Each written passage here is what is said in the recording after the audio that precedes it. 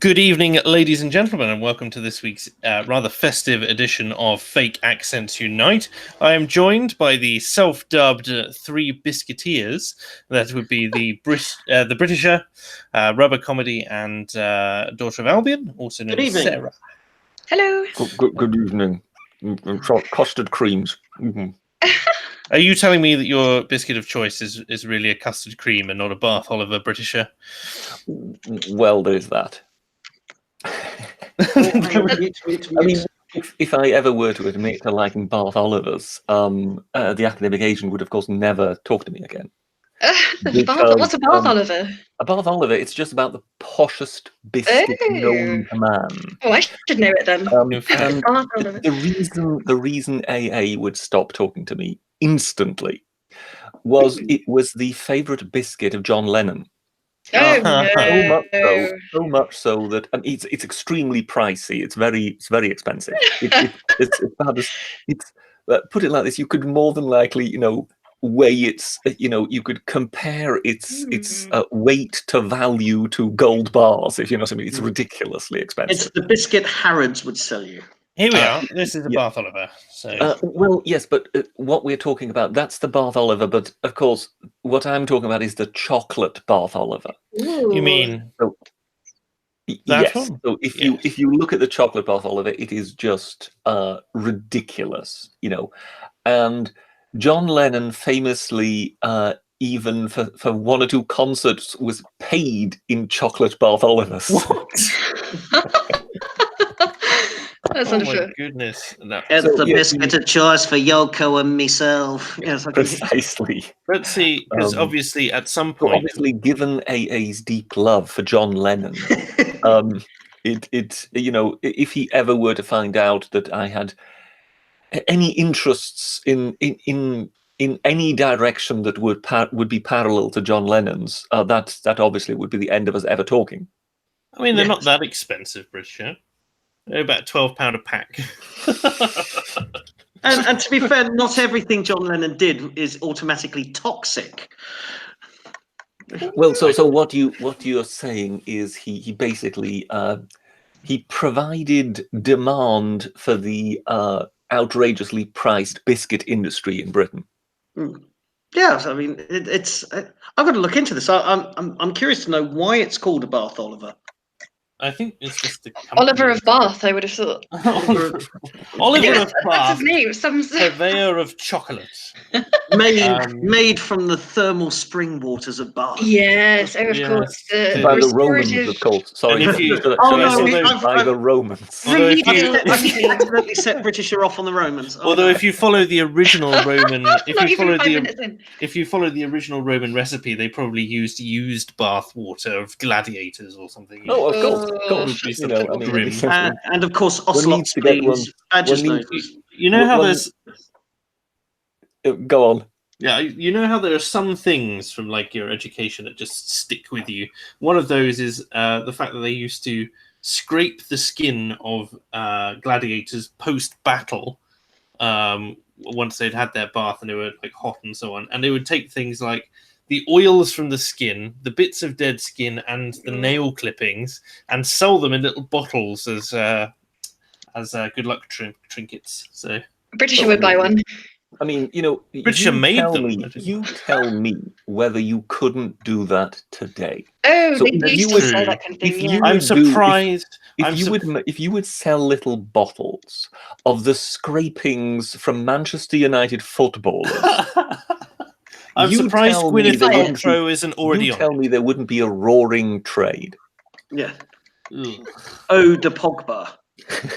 There's a thing, superstition.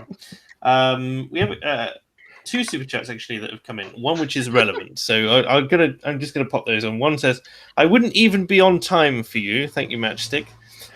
We actually were on time. So one is relevant, which means you're telling the other super chat provider that he's irrelevant. Yes. No. That super chat's irrelevant or not too relevant to what we're going to talk about this evening.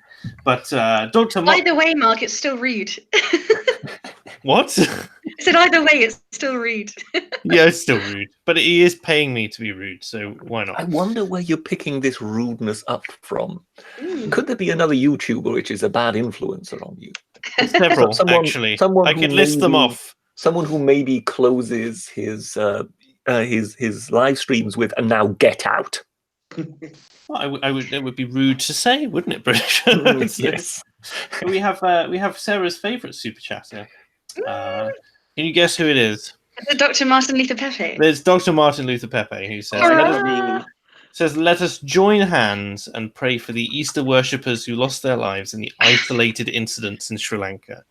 I'm not joining hands with anyone. No. You're not doing that in the right accent. Not so obvious. It's got to be done like this. Hang on, let me just get that tweet back. It's got to be done. Let us all join hands and pray for the Easter worshippers who lost their lives in the isolated incidents in Sri Lanka. You know, you got to. I assume is that your attempt at Hillary Clinton? No, it's the soy boy voice. Oh, the soy boy voice. That was very Clintonite. Well, it's hard to tell, isn't it? Because Clinton changes her accent so often. Well, this is true. There's nothing wrong with that. Does it depend on how much hot sauce she's got in her handbag that day? I'm renowned for two things on YouTube. One, eating biscuits. Two, being able to impersonate soy boys. You did that well. Reef. Yeah, you should have a separate soy channel and just get it all out there. I just create a character. I should come up with my own Titania McGrath. But yes, it's clear that this has been taking this whole Easter worshippers thing has been taking Twitter certainly by storm. But for anyone who's not aware, Barack Obama and Hillary Clinton tweeted out today. The attacks on tourists and Easter worshippers in Sri Lanka are an attack on humanity. On a day devoted to love, redemption, and renewal, we pray for the victims and stand with the people of Sri Lanka. It's just just don't mention the C word. No, never mention the C word or what the Easter holiday is actually about. Yes, can I be the I be the unpopular, the bearer of the unpopular opinion? Go for it. That I think perhaps one has overstated the kind of the avoidance of the word Christian here. It could well be that if you are effectively already addressing what you would deem a overwhelmingly Christian audience. Well, no, because a majority of the Sri Lankan people are Buddhist. And the majority of the victims were Christians. But the people Barack Obama will have been addressing will have been Americans. Yes, but no, because they're Christians. And it wasn't like, when I was addressing the majority Muslim population in that part of New Zealand, he didn't shy away from the word Muslim. Like, there's nothing wrong. Like, Easter worshippers as well is just grammatically incorrect because they don't worship Easter, pagan goddess. They worship Christ. So there's that. And then Hillary Clinton, of course, had to weigh in as well and said, on this holy weekend of many faiths, we must stand united against hatred and violence. No. I'm praying for everyone affected by today's horrific attacks on Easter worshippers and travellers in Sri Lanka. It does smack of the winter, doesn't it? I will grant you that the Day of Many Faiths is somewhat sickening. Yes. Right. But I do think that it's perhaps been overstated with Barack Obama and mentioning Easter worshippers. Like, it does have the whiff of Winterval, doesn't it? It does have the whiff of let's find an alternative. Yeah, absolutely. Yeah, the big thing with it is it's like it's obviously Christians, right? Overwhelmingly. I mean, there's over 600 victims, and I think what the latest count was 290 dead and 400 plus injured, or something like that. So the quintessential connecting factor is the Christian faith, and then you've also got the fact that, as you say, in the New Zealand attack, they also were very keen to do it. So it doesn't come off as sincere because, like, the natural inclination is to say Christians because it's obviously Christians, like regardless of anything. Whereas this just smells of like someone somewhere going, "Oh, don't use that word." Do you know what I mean? I understand where you're coming from. I particularly understand it, given that I had not heard the Hillary Clinton tweet before. and that one I must say does sound pretty obnoxious, but then the woman is obnoxious. When it comes to the Barack Obama one, I'm a little more forgiving, because I just think describing them as Easter worshippers is not necessarily avoidance. You know, if you talk about an attack on a church in Northern Ireland, you wouldn't refer to it as, oh, Christians have been bombed. Yes, you would. No, you wouldn't. You would refer to it as either Protestants or Catholics. Protestants or Catholics, right? Okay, that would be the relevant. But that's because they're both subsets of Christianity, and you have to be a bit more specific. Yes, but whereas as I say, this is a vaguer. There are effectively situations in which you would not necessarily refer to Christians, and that's what I mean. When here in Britain, we live in a fairly agnostic country. When it comes to America, they wear their Christian religion on their sleeves. So you're effectively addressing an audience that is, pretty solidly Christian. So that's where I think referring to Easter worshippers, although it's an awkward terminology, may not necessarily be the avoidance of the word Christian. I just think we have to, one has to be fair. I mean, do you know much about like the current plight of Christians worldwide? Oh, I mean, I am fully aware of the fact that yes, when it comes to the Middle East, they're not the most popular group. It's not just the Middle East. They've actually been classified as currently the most persecuted group worldwide.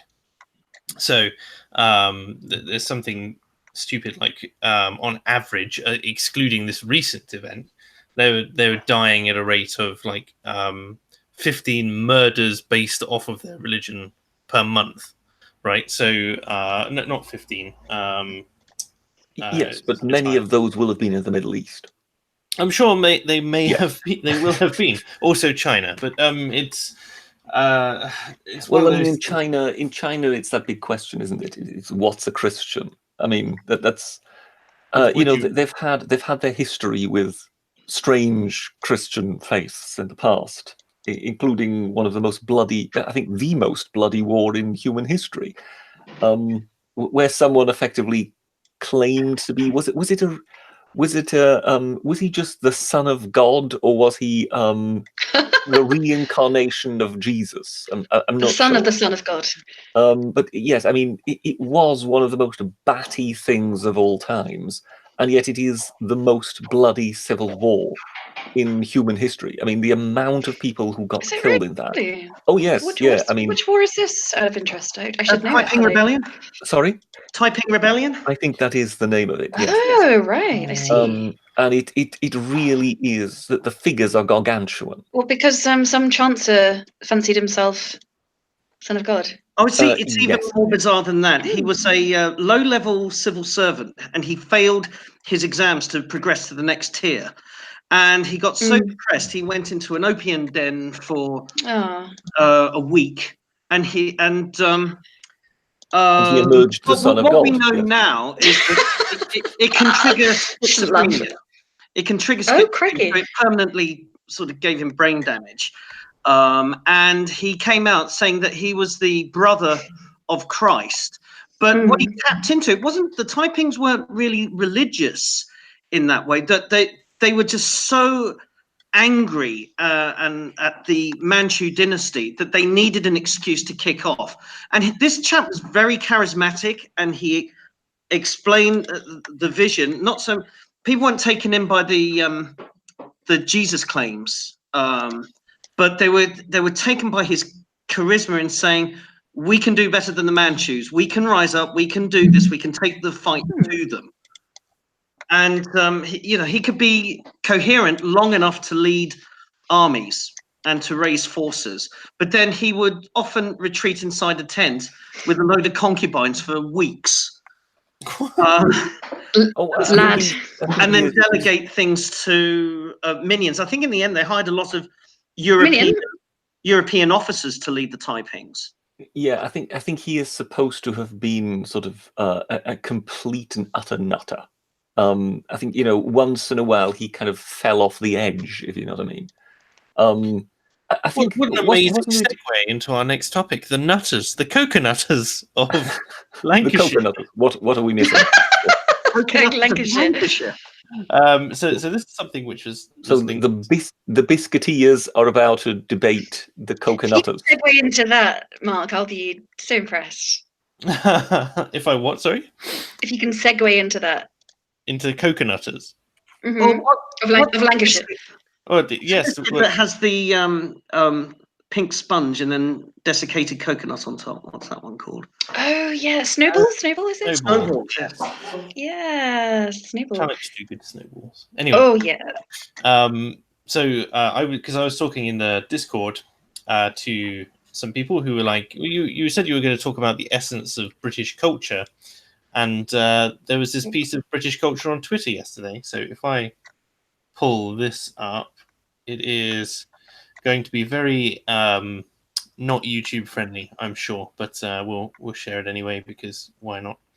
Here we go. So as you can see, we have the coconutters dancing around. Oh, it's a real thing.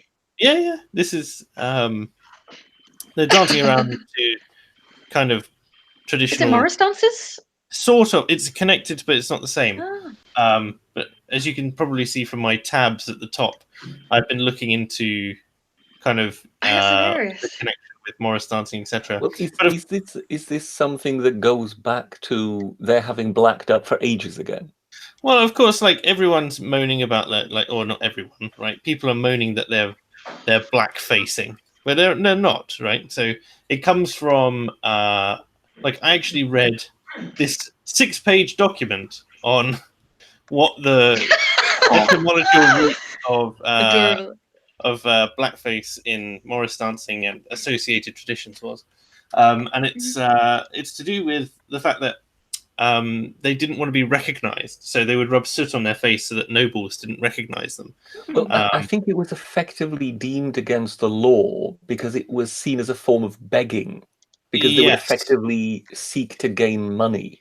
Yes, because so they would have a hat, and they in order not to be recognizable, they would black up.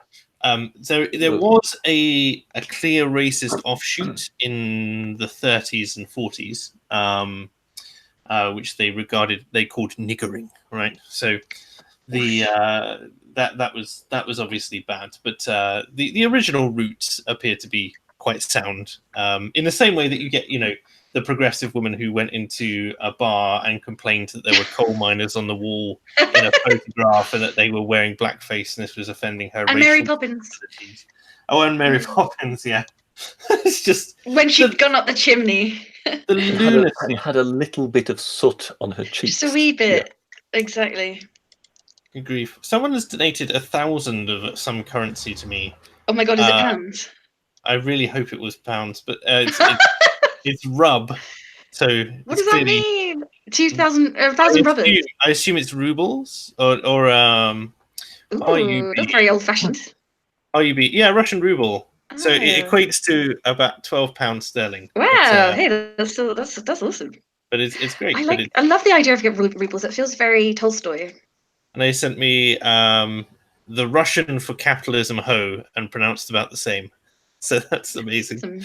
I love that. That's from Russia. That's very cool. I will get to the other super chats in time, but I wonder how that is actually pronounced. I mean, given that one cannot even read the letters, because it's that famous Russian thing of writing the letters back to front, isn't it? But no, capitalism ho. That's the other show.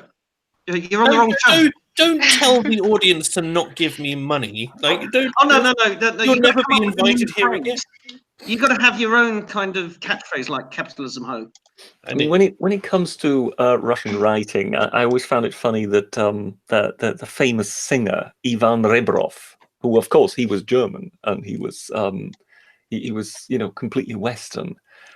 So when they wrote his name, in order to make it look a little more Russian, but still nonetheless make it legible to the Western audience, they would simply reverse the B. So, right. So that was back to front, but obviously just looking at it, you would still be able to read what you know. Because I don't know if I've told this story before of Rebrov. I think he was a German plumber. Right. And his background is fairly sort of ominous. One isn't he claimed to have been descended from German Russians? You know, some of the Germans that lived out in Russia and were later kind of pushed out. Whether any of that is true or not is completely unknown. So he may have just completely made it up. Because his name as such was a sort of a perfectly old-fashioned German name. There was no sign of anything Russian in him, if you know what I mean.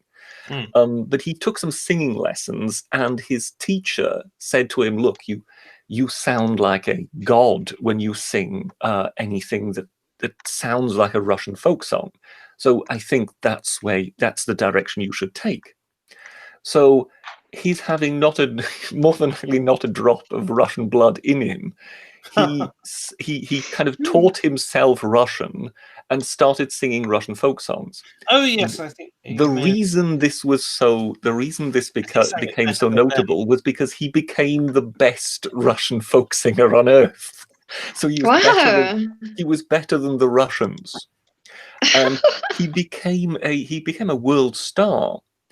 And when eventually the Iron Curtain fell, one of the first things that Gorbachev did was to invite Ivan Rebrov, and he gave him an honorary Russian citizenship.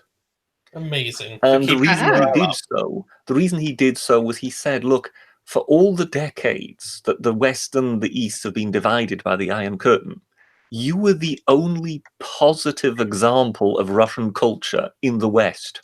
Wow. So it's only right that you should be made a Russian. That's interesting. No, I could, the best song to look for of his is called Ochi Charnie. I think it's called Black Eyes or Black Ice. I think it's Black Eyes. Actually, I'm not sure. But you'll find it on YouTube, and it's staggering. The man had a range of several octaves, so he could go incredibly low, but he could also hit notes so high that almost only dogs could still hear it, if you know what I mean. Oh, he's a dog whistler. Oh, very good.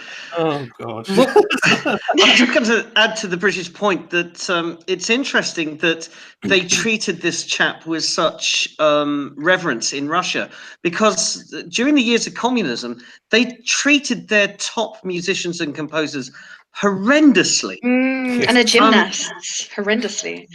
And so anybody who showed kind of artistic talent in the Soviet Union was just treated shabbily. I mean, had Shostakovich been a Western composer, he probably would have lived another 10, 15 years. And who knows what he could have produced. But he was purged twice.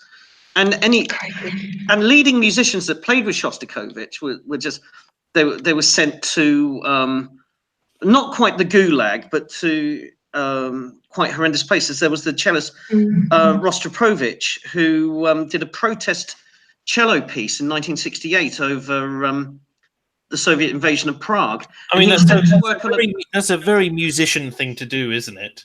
To hold a cello protest. Yeah, I love that. Oh, it's so bourgeoisie. I love it. We found a candidate for yes, we're waiting for the environmentalist cello protest to bring the centre of London to a halt. Yes. If only they would do that. If only they would produce somebody at the eco. What do they call it? The Extinction Rebellion. Extinction Rebellion. Yes. That some musician came along and just wowed everybody. You go, oh, okay, you may, but something that would actually inspire. Yes, instead of just flying in Emma Thompson, which is hilarious, the best they could do. Yeah, but as I say, when it comes to the Russians with their artists, I mean, was it Nureyev and Baryshnikov, their two best ever ballet dancers, both escaped Russia? Yes. Yeah, you were pretty much just treated like a workhorse, as in your job is now get on with it. Sounds remarkably like, I mean, was it the Chinese or the North Korean athletes for the Olympics? And they were basically told, unless you win a medal, then horrible things are going to happen to your family. So, well, there was Elena Mukina, wasn't there? She broke both legs, and they had her back in training the next day. Horrendous story. Yeah. I like that you just have that anecdote to hand as well, Sarah. You know what? I was Wasn't there also the Iraqi football team that did particularly well, and they were kind of showered in gifts by Saddam Hussein for a while? Oh, really? Yeah, I believe I remember somewhere in sort of the recesses of my mind. I recall that somehow Iraq for a while fell in football, and then of course they started doing less well. And you can imagine what that meant in Saddam Hussein's Iraq. Yikes! Yeah, quite. Still for a while. Let's call it not a favourable outcome for the athletes involved. No. But to bring us back kind of home after our little Russian escapade. Yes, of course. I tell you what, I've already told Sarah this, so forgive me for repeating myself. But no, not at all. So I was I was doing something which typically the typical British pastime. I was watching a bit of the Grand Tour from Amazon Prime, and they did their last episode, as in their last kind of proper episode. It marked the end of kind of the era of studio Top Gear, as it were, with Clarkson, May, and Hammond.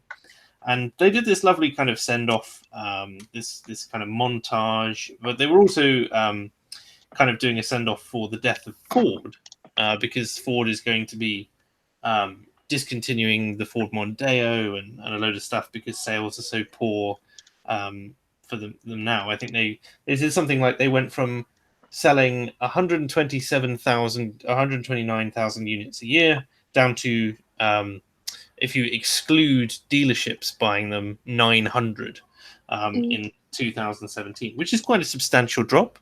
And they're going to finish that off. But they did this thing where they got a load of the Ford owners. I think they probably did it through Drive Tribe, which is their kind of it's like their petrol head community.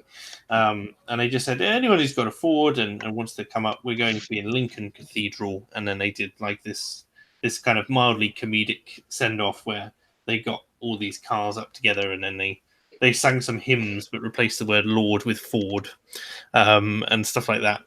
But and then of course they said, we're not going to be doing Grand Tour as you know it anymore. Like, we're going to do some specials, but that's about it. There's no more studio stuff. There's no more audience, etc. Well, I think actually at first they announced that they were finishing altogether, and Clarkson was all tearful. Oh, he was very until they eventually, said, "Of course, we're continuing." Well, they're going to do some specials, as far as I know. But it's just but it's the end of their kind of studio era, right? So, and yeah, I think he was genuinely quite tearful. I don't think it was put on or anything like that.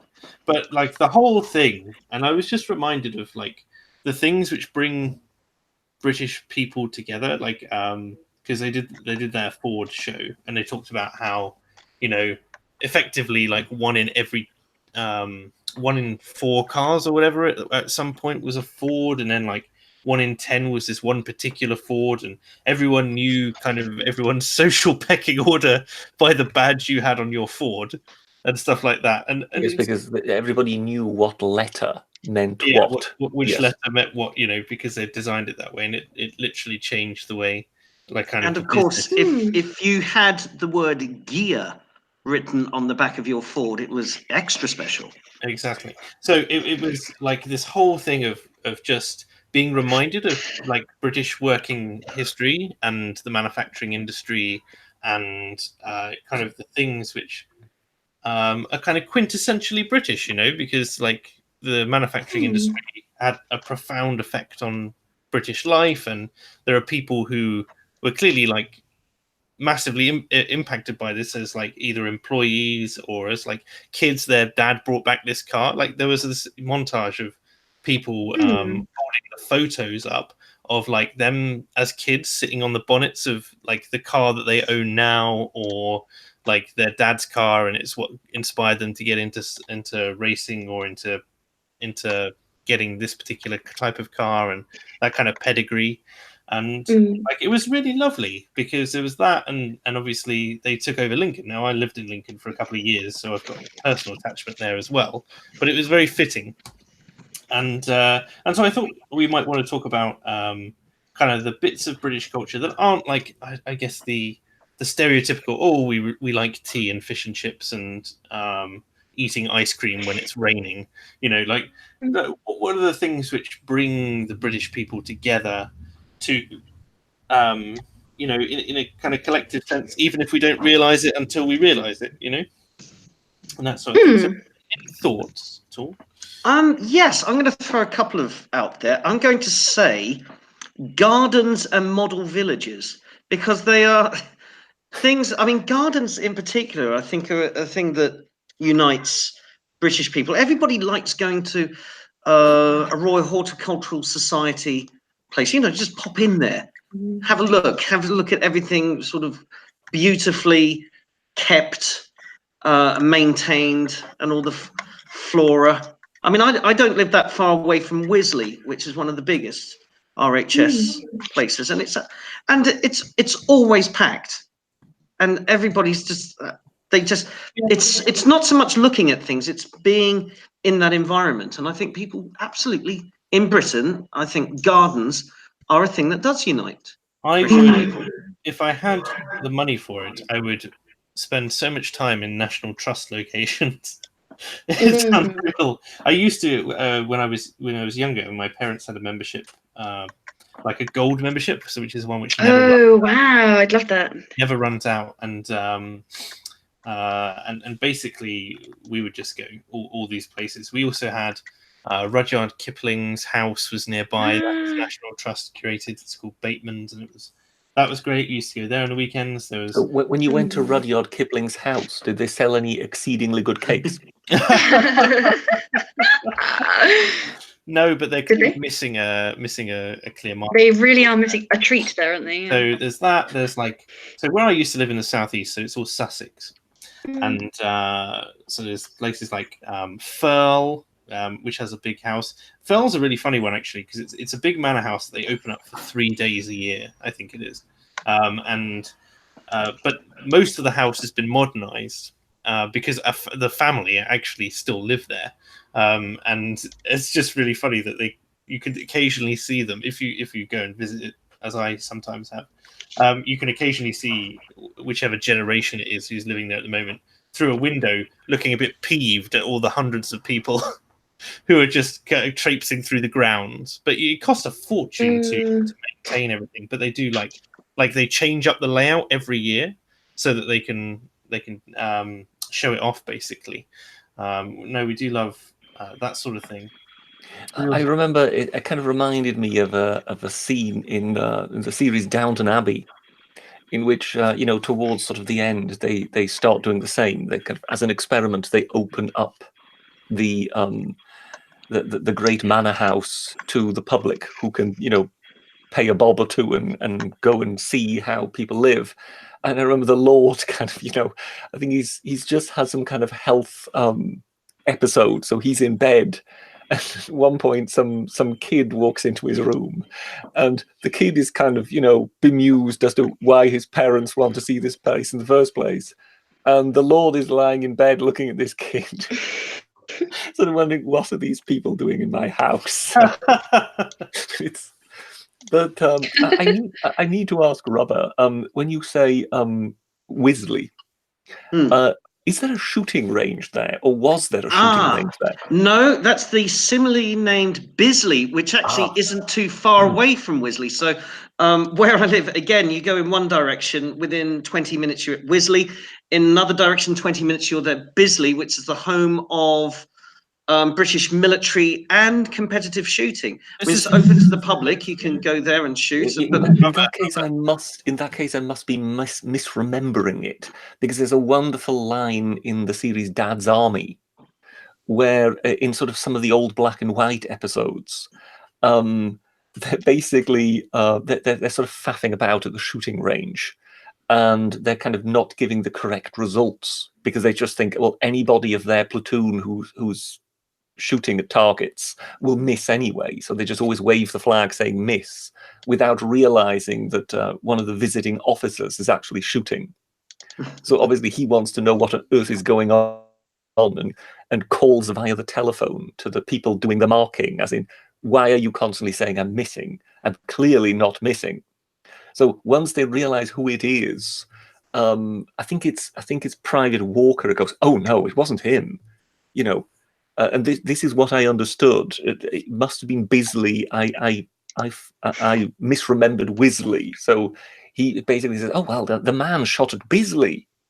So Private Pike is there going, oh, did he kill him? Yeah.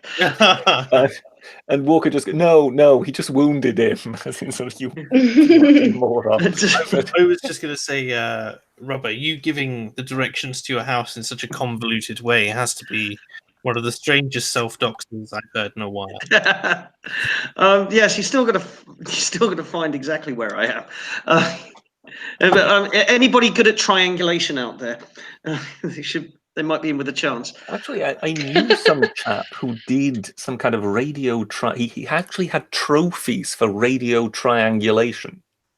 He was a complete sort of super nerd when it came to all things radio, and yeah, apparently they at least they did in the past. They did do these competitions of radio triangulation. So you would have to kind of try and find the marker using merely the angles with which you picked up certain radio signals and whatever. And yeah, this chap was exceedingly good at it and had trophies in his house. If I recall correctly, he also had an antenna behind his house, which he kind of, via a crank, could kind of, it was like telescopic. So it would sort of start getting bigger and bigger, a bit like a crane, if you know what I mean, just by him winding the crank until it was pretty much twice the height of his house. And he told me once that with sort of amateur radio equipment or whatever, he did pick up America. Now that leads on to, I think, another aspect of British culture, Britishness, and that is contraptioneering. It's the kind of ingenuity of building things, preferably out of spare parts with a homemade design. But not just building things out of spare parts, but the British have this kind of cultivation. Yeah, they have this kind of fastidiousness about it as well. So if they make it, it'll look a bit rough at first, but they won't show that off. But then they'll make it again, and they'll make it look pretty, and it will run. Well, you think this chap was really into his electronics, so much so he did this as a job.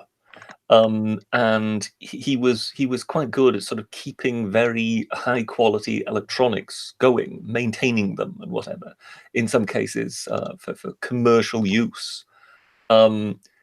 Sadly, that all went to the wall because more and more was just basically just chips.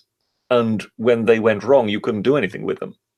And he kind of loathed it, not just merely because it was effectively putting him out of a job, but there was something to the principle of it, as in this is expensive equipment. One should be able to fix this, you know, and you could sort of see how something almost sort of in his soul was rebelling against the idea that expensive equipment should be thrown away and simply replaced. And I remember when he bought a television because his old one had just basically gone beyond the point where he could repair it anymore. And when I say old one, I mean it really was old. So he went out of his way to find just about one of the last models of tube television being sold, because he's determined he was not going to get a flat screen thing, because like that, all the technology within it was old technology, even though sort of taken to its most modern extent, and therefore he would be able to maintain it.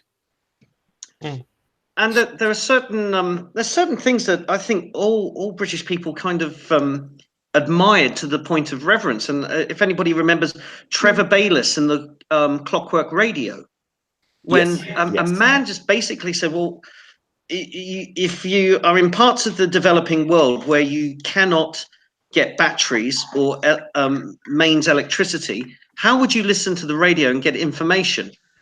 Why don't you make the radio clockwork? And he was so appreciated by people across Britain because, yes, it's a brilliantly simple idea, but I think it just resonates with the British psyche that you would do something innovative but simple. There is something about the tinkerer who is just basically in his garden shed, somehow coming up with some ingenious mechanism which is going to solve a problem. I remember there was a guy who was trying to make pocket radios or something like that, and he said something like, "Oh, I knew that if I ran a dynamo backwards, I could make a DC generator and stuff like that." Which is just, and he just like, "Oh, I just knew this." I think it just goes back to the engineering spirit that no longer exists. If you remember, also in the Second World War, Churchill kind of harnessed that he kind of realized that there were a great many sort of technical tinkerers in the country, and I think some of that eventually came to fruition in the Funnies program. Yes. You know, these very strange mechanisms that the British came up with, and it was because it was literally just blokes in their sheds having ideas and playing around with model prototypes to see whether one could make something work or not. Do you think it came from a part of the wartime spirit where literally if you could think of anything, you could probably get funding for it? No, I think it's deeper than that. I think it goes back to pretty much the Industrial Revolution happened here. And there is something about, you know, crazy contraptions that we just love. I mean, which is that? We do love our gadgets. Yeah. Yes, I mean, what's that bizarre contraption that I'm trying to remember what it was actually called. It didn't go on rails. I believe it went on the road, and it was one of the earliest locomotives. Yes. And just to see it rumble along a road is a thing of beauty, because there's levers going off in every single direction, and it's completely insane, but it's somehow is strangely a thing of beauty. It's literally just called a steam engine, yes. Traction engine. Or the Titfield Thunderbolt. Yes, I love that movie. And that, in a way, plays exactly on that, so that the more contemporary locomotive has been sabotaged and it's out of action. So the villagers get the sort of 1860s model out of the museum and use that to pull their train. That is just, I don't know, there is charm about older machines that are still around. And I think at some point, machines kind of lost a bit of that. I know this sounds strange, but I think somewhere around the Second World War, machines started losing that sort of human appeal. I mean, the human appeal is in you can see everything working, and it also makes some incredibly satisfying snicks, cracks, and noises. But I'd probably say the last great machine then in that regard was probably the Enigma machine. Not the Enigma machine, as in the machine which Turing built to Colossus, yeah, to crack it. If you see that of that era, that's probably the last great mechanic. It lives on, and I think back on it as something that happened only a few short years ago, but it's probably now a decade, even more. But the thrust SSC car, which is this idea that a British millionaire with a fascination for breaking the speed record would build a supersonic car, essentially in a very large garage, to just get an old Tornado jet engine, get old bits and pieces that the Royal Air Force weren't using anymore, rent a wind tunnel whenever they could afford it, and build a supersonic car. And it broke the sound barrier on land, and it still holds the record. But that is something remarkably British. I know the Americans would love to get the speed record back, but I just don't think they have the madcap spirit enough to do it. That is that madcap spirit. I tell you what, though, we've been very, I guess, like men tinkering in their sheds, right? I think the line you're looking for there is only mad dogs and Englishmen. Absolutely, or both, seeing as the British bulldogs exist. But I'm curious whether or not Sarah has any examples of anything outside of the British motoring industry. Gosh, I mean, in terms of machines, I'm not really sure. I'm the girl for you. I mean, I know a thing or two about tractors, but I don't know. You know about tractors? Now that's a story that we need to hear. Well, I mean, I suppose the only thing I was thinking about is just what you were saying, Rhubba, about the English garden.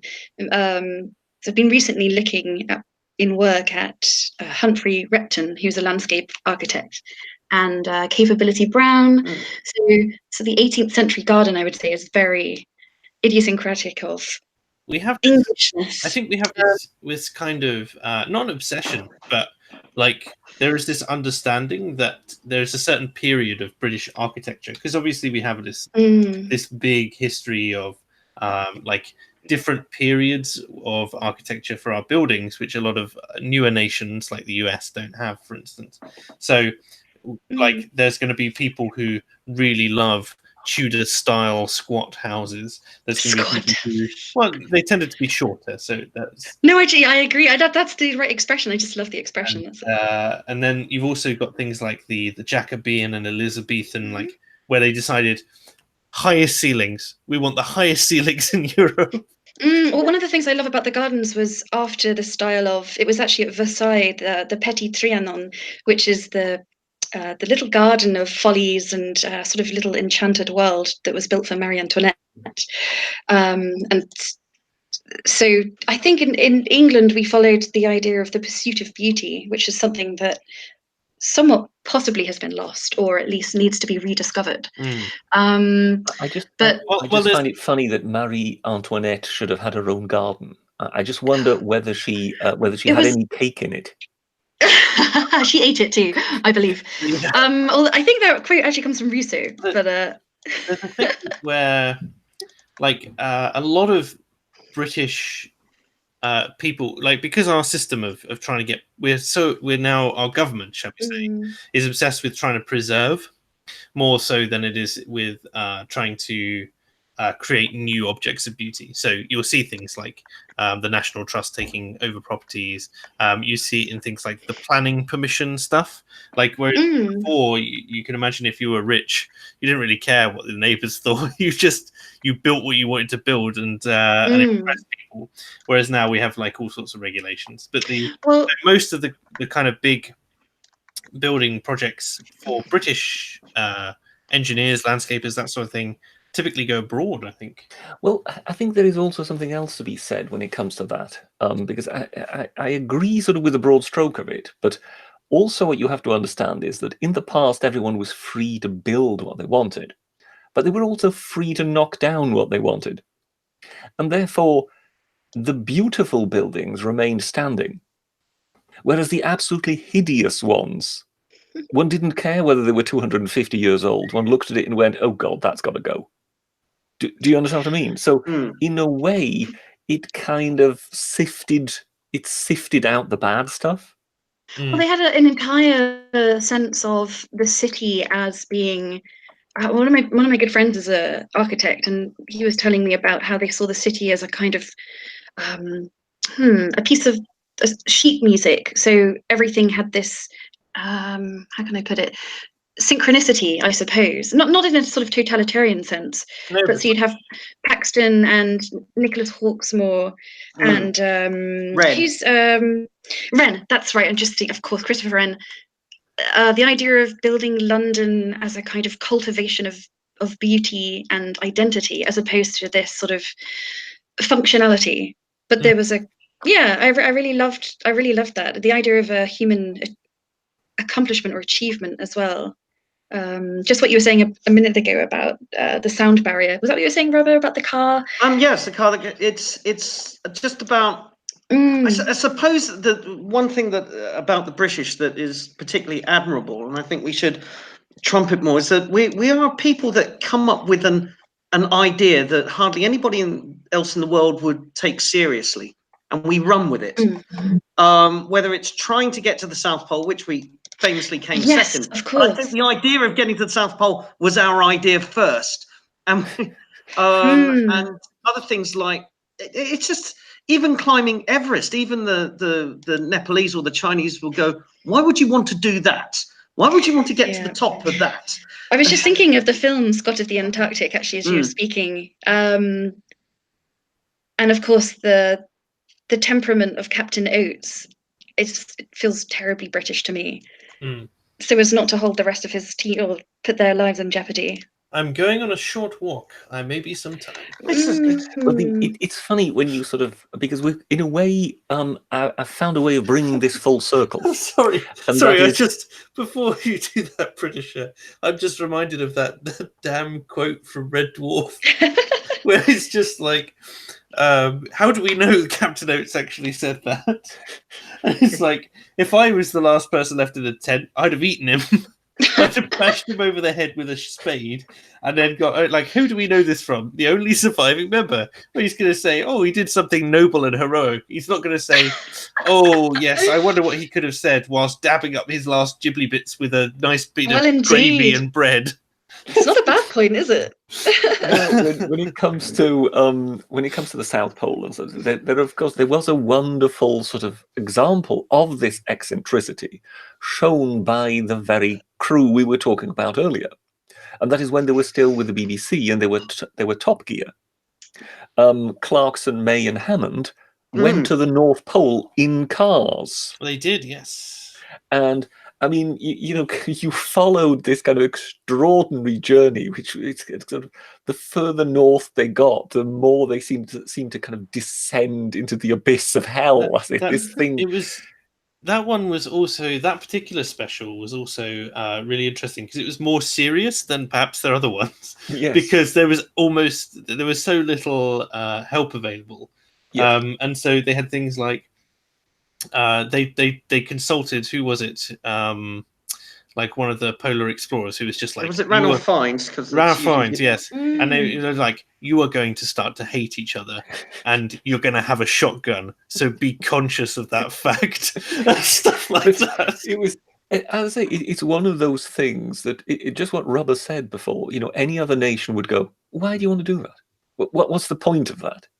Why would you want to go up that mountain? Why would you go? So for kind of a TV show to sort of say, why don't we drive to the North Pole in cars? Is just, yeah.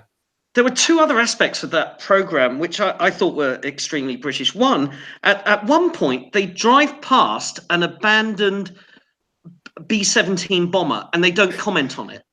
They just drive past. It's half sticking out of the ice, this B-17 bomber that's abandoned there probably during World War II. They just drive past it and don't comment on it.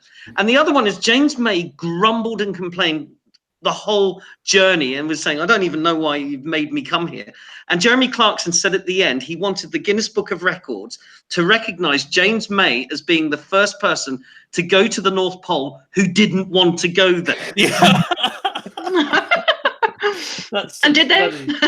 That's very. I don't know, but that's I love the banter. The epitome of Britishness that you go to the North Pole when you don't want to.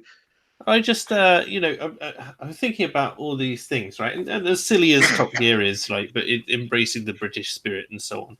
I just go, like, there's an awful lot in our increasingly interconnected world that gets missed. So there's a number of historical figures, and there's a number of British contributions. I mean, like, the manufacturing industry is dead, so we don't have that connection anymore.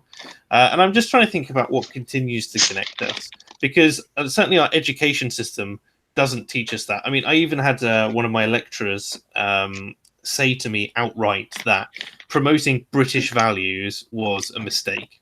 And Like, I was just like, Why? flabbergasted. Did they say why?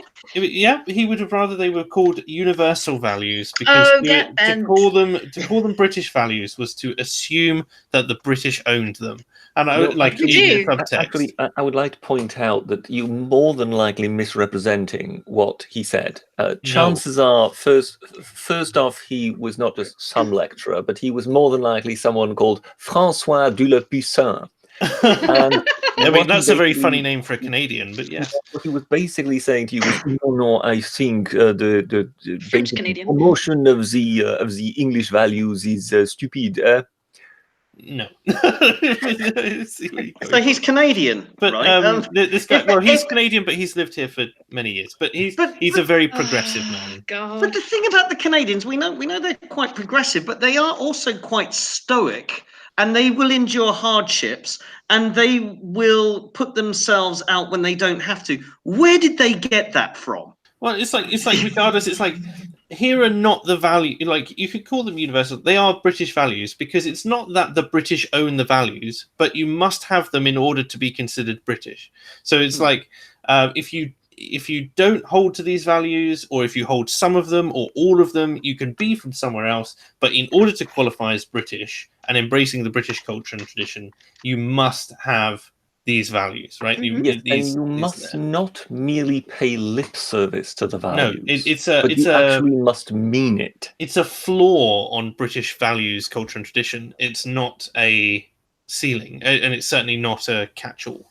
Right, in which case, is the Pret-a-Manger woman on Creston Time not British? I love that. But yeah, so we've got our education system, which isn't particularly prioritizing like British heritage. Like I've learned so much just from my own exploration that I didn't learn, because the extent of British history was like, what was it like for a peasant in the Middle Ages? Not like what were the defining aspects that brought people together through the 20th and 19th and 20th century, even, which would be like more recent history. You've also got things like there's a lot of things competing for your attention these days, especially with the internet and all that stuff, which I'm not saying is bad, but like when our country is trying to represent everyone, no one is represented. And so like I'm quoting flipping The Incredibles for that, like it's like when everyone's super, no one will be. I just remember years ago I remember seeing something on television where they were talking about education, teaching of history in Britain and whatever, and they brought a few examples, and of course they thought that these were excellent examples, that this showed how well they were doing, whereas with me, my jaw just dropped. I found myself sort of staring into the television in complete disbelief, as in, this is history, where they were kind of trying to bring balance to the teaching of a figure such as Lord Nelson. And therefore they would go into, the fact that he famously had a lover, even though he was married. And that he would publicly tour the nation with her, with a lover, and meanwhile, the kind of wronged wife was at home.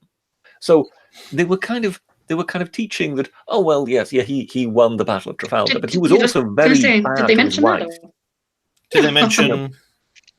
And you sort of thought, hang on a moment, and seriously, these things stand in any sort of proportion to each other? It was just a few months ago, wasn't it, when the whole thing that Nelson wasn't vehement in his in decrying the slave trade made him a pariah figure. And I went away and looked at, well, what did Nelson really think of the slave trade? And his attitude was he was far too busy defending Britain and sort of trying to work out how to manage a massive fleet and defeat the French, to give the slave trade issue much thought. And also to defend the Caribbean. And, if you wanted to defend the Caribbean, you would, to a certain extent, also have to represent the interests of the Caribbean. And, of course, if you would get rid of the slave trade, it was regarded at that time that you would basically bankrupt everybody. So they would sooner turn to the Dutch or the French rather than have the British put them all out of business. But there were times when, because the abolition of the slave trade took place actually over decades, it was dismantled bit by bit. Yes. And whenever a new law came into effect that said you can't transport slaves across the sea, you can't, or these conditions must be met, Nelson went along with every change of law without question. So I think he would have been, we have slavery, that's just a fact, that's a matter of life. I'm a naval officer, not a politician, not a moralizer. And if slavery is outlawed, so be it. Then I carry out the new laws, the new instructions, the new regulations to fit around. He was more concerned with his duty. And always remember that the world in which he lived was to him the normal. It is easy for us to live in a world in which slavery has been abolished and look back at this and go, oh, how could they possibly have accepted it? How is this possibly, whereas, no, if you live in that world, that is normal to you. Yes, of course. And this idea of trying to judge history by today's standards, but also to sanitize history, it's like if like this whole thing on the attack of Winston Churchill. Now it's clear that Winston Churchill was not a particularly good man when it came to some things, but he was certainly a great man, and he was certainly a rationalist when it came to some things. Like, he made really difficult decisions, and he prioritized the British people first. Like, even to the extent that, like, obviously he starved out some Indians and so on. But it's like, you just go. Well, the reason he starved out the Indians was actually because of the war effort. Exactly. Which, as much actually was of interest to the Indians as it was to the British, of not being overrun by the Japanese. Yes. Anybody who has ever heard of the rape of Nanking would more than likely sort of think that the Indians were quite happy that that didn't happen to Kolkata. Yeah. So I just go, like, you have absolutely nothing on this man. Like, I mean, really, his contribution far outweighs any particular prejudices he may have had. I don't think it's anything to do with whether or not they frown upon these figures. They attack them because they're national symbols of our mythology and folklore. That's exactly what it is. There's truth in that. I mean, I despair at the state of history teaching.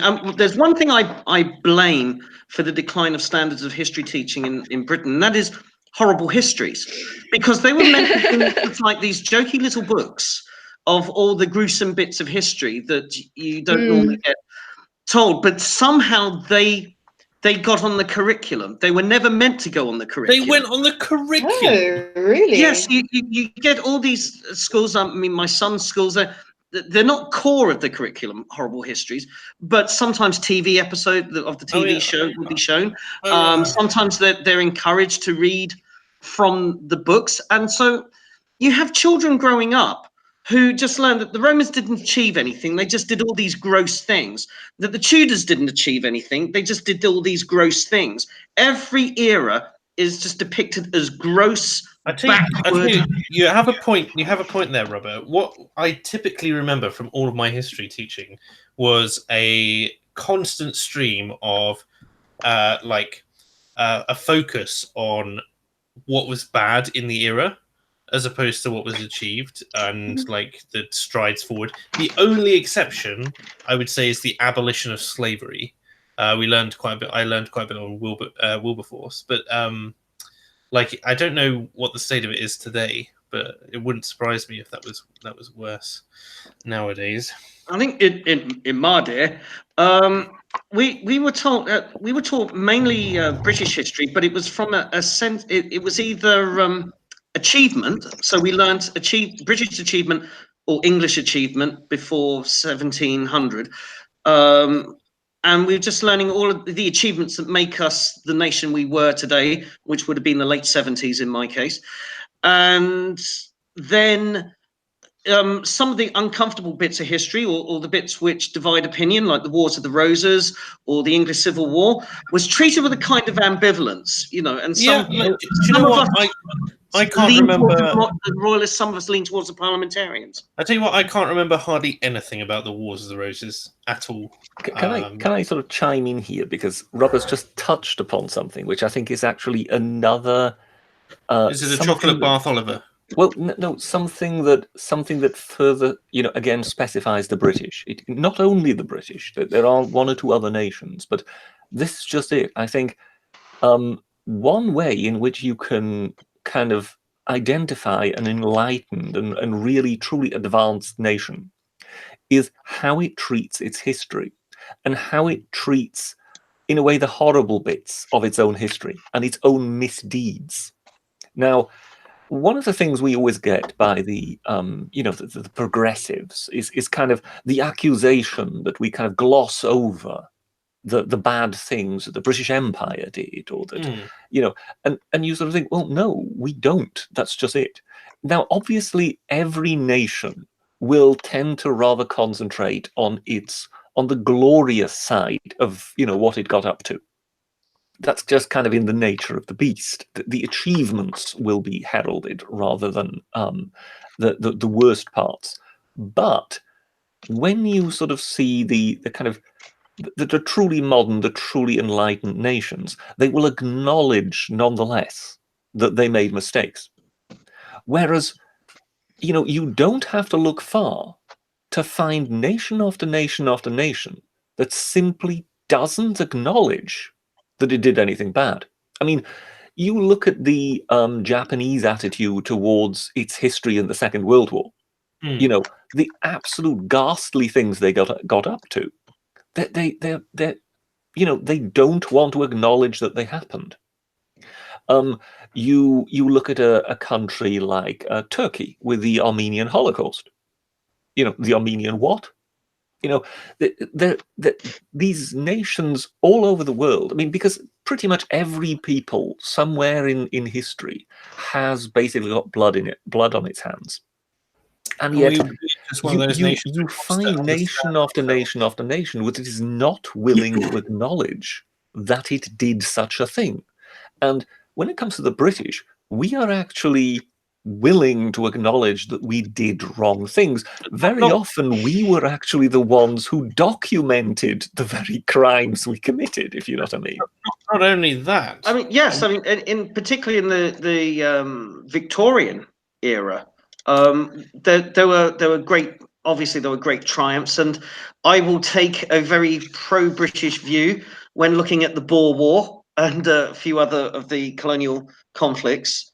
But at the same time, we had an extremely free press. And take the Zulu War, for example, which in its first half was badly mismanaged by Lord Chelmsford. And yet there were all these journalists along for the war giving bad coverage. And that got back to Britain and London, and changes were made. Same with the Crimean War. That we had a free press to keep our military in check whilst on campaign, and we learned a lot from that. I think traditionally, we have, as a nation, never been afraid of our own identity, and therefore we've never been afraid of our own actions. So we kind of own our losses as much as we own our victories, if that makes sense. Yes, but that means we're willing to acknowledge that we made mistakes. Of course. And that, but as I say, there's nothing really of course about it when you then notice how many other nations treat their past. In which, if one were to listen to them, they only ever achieved great things. They never did anything wrong.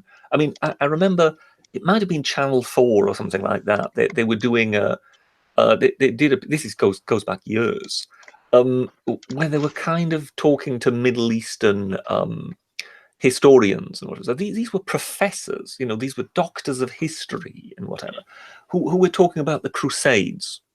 Right. And so they had certain knowledge. Clearly they had knowledge of facts and this, that, whatever. But the attitude with which they regarded it was just remarkable. Oh well, yes, they got what they deserved because these crusaders, they were nothing but thieves coming to steal the lands of the true Muslim owners and whatever. And you went, hang on a moment. Where did the Muslim owners get the land in the first place? That was a conquest. So, but you kind of saw that they were so indoctrinated into, oh, well, you know, these people had no right to be here. And you sort of thought, well, yeah, from a modern perspective, more than likely. But back then, you know, the power owned the land who had the strength to actually take it and hold on to it. Oh, we were in the period of might makes right at the time. And you know, that was as much the case with the Muslim side as it was with the Christian Crusaders. But there was no kind of even-handed way of looking at it. And as far as they were concerned, the only people who ever committed atrocities were the Christian Crusaders. You have to remember as well that this probably ties into your previous point, Britisher, of the only history which survives on their side is all the we're so amazing stuff, right? Mm-hmm. So they don't mention the fact, like, when you look at any serious Crusades historian, they go, well, the Crusades were responses for a start to, you know, 150 years of aggression or more. Oh, and hundreds of years. Hundreds of years of aggression. And so you've also got this kind of aspect of, we're here owning our victories and our failures at the same time because we have a desire to understand ourselves, but also to kind of like, we're not ashamed of anything, you know, we're quite happy to do that. And we are well... Again, I think it ties back into, again, the individualist stance of the general West, where you get this idea that you can distance yourselves from the collective action of your ancestors compared to you as a person. Whereas I think if in a more collective culture, then you end up with people feeling much more shame about like the actions of their ancestors. I mean, certainly when I went to Kenya, like there was this deeper connection of kind of like if anything negative had sustained itself in the public consciousness for over like a generation or two, that would stick with people. Like they could still mention that their great grandfather did this thing and it shamed their family and they're still ostracized, you know, like, so I wonder whether or not that's an aspect as well. I think also with when it comes to warfare, I think the British have taken a very realistic view over its history. That we have tended to recognise that it is a nasty, brutal business and that nasty, brutal things happen. And we don't have that thing that the French have with their military, with the concept of la gloire, the glory of it, as a way of kind of justifying all the actions. When Britain gets involved in the war, our intention is we want to see it over and done with as quickly as possible, and we recognise there will be brutality and blood and slaughter along the way. I think there's certainly an understanding that like war isn't pretty. I mean, certainly the First, Second World Wars taught us that, all the colonial wars before then taught us that. But that doesn't mean that we didn't obfuscate like our motivations for the war and stuff like that in post, because I do not believe, for instance, we got into the Second World War to save the Jews, for instance, which is something which is often touted these days. That was a very, very low. I mean, they didn't really know the extent of what was going on. The German propaganda machine was running full steam. Well, I think one has to be, you know, when it comes to the Jews, yes, we didn't get involved in the war in order to stop the Holocaust from happening. To a certain extent, we weren't even sure whether that was actually happening or not. To a certain extent, we probably contributed to the acceleration of it. But I think what it does do, it does basically help further demarcate how nasty the enemy was we were fighting. And in a way, you know, it was the right side that won. And at the same time, we may not have known about the Holocaust, or, you know, we may have perhaps had indications, but we didn't know for certain that it was happening. But what we did know by that time for certain is that they were indeed treating the Jews abysmally. You know, and even though, yes, at the time, anti-Semitism was rife across Europe, Britain was not a country which treated the Jews in that fashion. No, and I think in World War II, I mean, the Holocaust, the term was not used, or certainly the term "the final solution" did not crop up until 1942. So well into the war, by the time the Nazi regime were turning their attention to mass extermination. And also when the camps were liberated, I mean, it had a hugely profound effect on British and American and Canadian servicemen as they went in and liberated the camp and saw the extent of what had happened. Nobody was prepared for that. Nobody had an inkling. They knew that there were concentration camps. That is an idea that crops up even before World War II, the idea that there were concentration camps, but they didn't know that it was being done on that scale, and just what horrors were happening within those camps. That came as a complete surprise, and it became the method of justifying. You know, by 1945, particularly with the British, we'd been at war 6 years, and our resources were almost depleted. Manpower resources almost depleted. We just wanted to let the Americans take over, and there was this beginning sense, oh well, why have we been doing this for 6 years? You know, what's the final aim? And then they got to Belsen, and then it all became clear, and it just focused everyone. That's what we've been doing for 6 years. We never knew it was like this, but now it justifies everything. I want to get away from the kind of World War kind of anecdotes and kind of back to what binds people together nowadays with regards to British culture. So any comments on that? Well, I was going to mention something I was reading earlier, but it is war related, so I don't know. Yeah. Well, for my birthday, I got this brilliant book. So it's called The Wipers Times, but it's basically a collection of editorial from a trench newspaper, which was set up. I don't know if you've heard of it. Anyone heard of it? I have heard of the Wipers Times, yes. So obviously, British so-called the Wipers Times. Exactly. Well, obviously so called because the British couldn't pronounce Ypres in France. But it's basically a trench newspaper which was set up by serving British officers on the front line, and it's really satirical, very funny, obviously very sentimental and very moving. But basically, two British officers, I think they were called Fred Roberts and Jack Pearson, they found an old printing press in a cellar beneath the ramparts of Ypres when they were looking for salvage to smash up and prop up the trenches and whatnot. And their sergeant at the time, or before the war, had been a printer on Fleet Street. Huh. Who basically said, "Oh, I could make this work." So obviously, one of the major sort of conditions of being at war was actually boredom, and they sort of set up, and a lot of their letters home were censored. So a great deal of humor is in these various sort of false periodicals. I think the writers for Blackadder actually used a great deal of it to inspire. There's one line in Blackadder I always remember, which they took from the Wipers Times, which was when he says, I think it's Melchett says, "We'll be right behind you." And Blackadder says, "Yes, 15 or so miles behind." And it's full of that sort of thing. It's really wonderful. It has the sort of advertisements, suffering from cheerfulness and that kind of thing. So I always really, I've been looking at it, flicking through it. I haven't had much time to read it, but I mean, I do have a suspicion that the Wipers Times was, yes, indeed inspired by an inability to pronounce the name Ypres, but I suspect that there was more than likely a further ambiguity built into oh yes, the Wipers absolutely. Times. I think very self-conscious, yeah.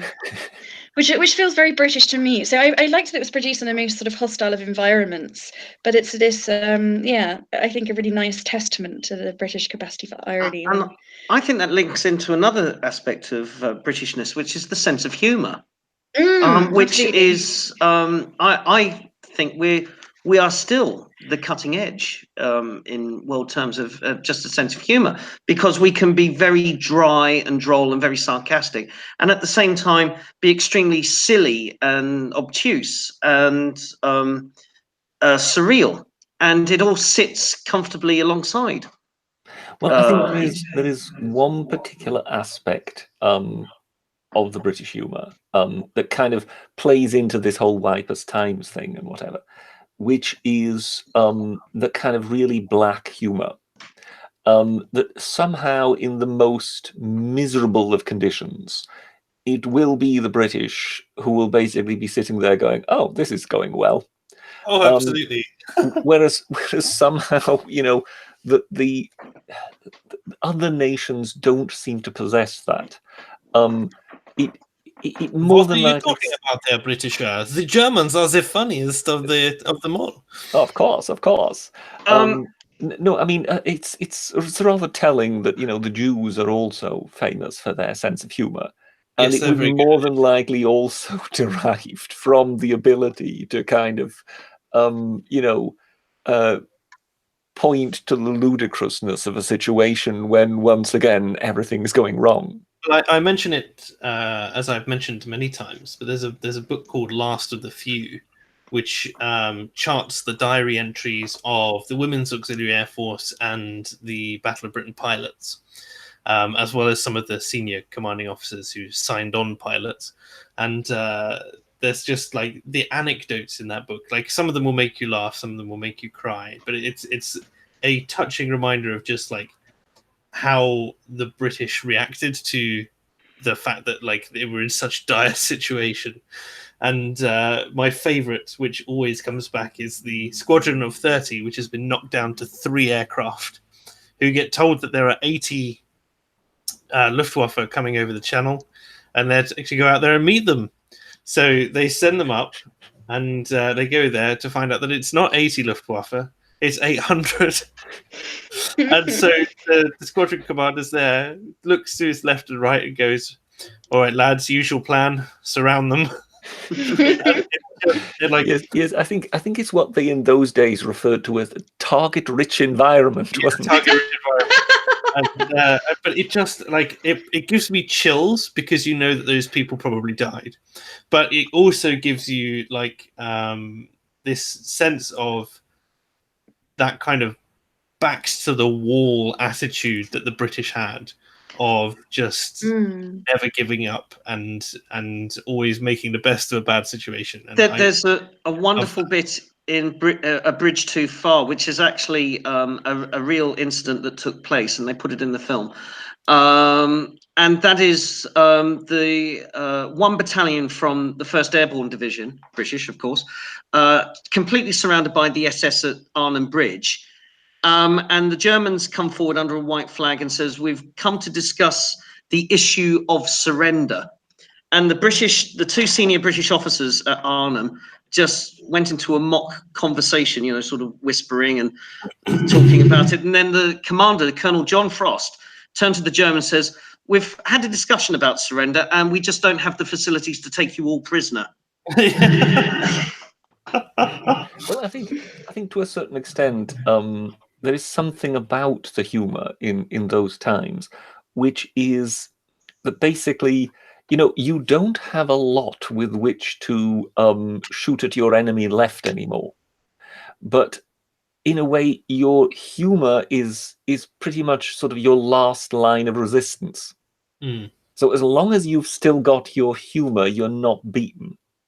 Yes. And I think there is a certain sort of there's a certain aspect of that also, where the Germans were said to be quite confused about the British constantly cracking jokes when they were prisoners of war. Because they sort of thought, well, surely these men ought to be feeling miserable. They're stuck in barracks all day.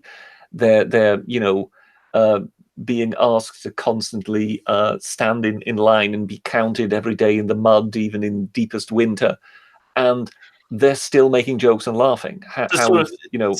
It's the sort of thing where they get called out onto a parade to number themselves all off. It's torrential rain and the wind is blowing, and one of them remarks, "Good weather today, isn't it?" It's precisely that. With the British, in a way that I think that was kind of seen as sort of a last line of defense. Never take our tenacity. If the humor is gone, then truly everything is gone. Then we've lost. Because that's when we're effectively giving in to misery. That's when we're conceding defeat. Mm-hmm. And I think to contrast that, because in using the British humour against the German captors, it undermined the German authority, and I think it strengthened resolve and morale amongst British prisoners.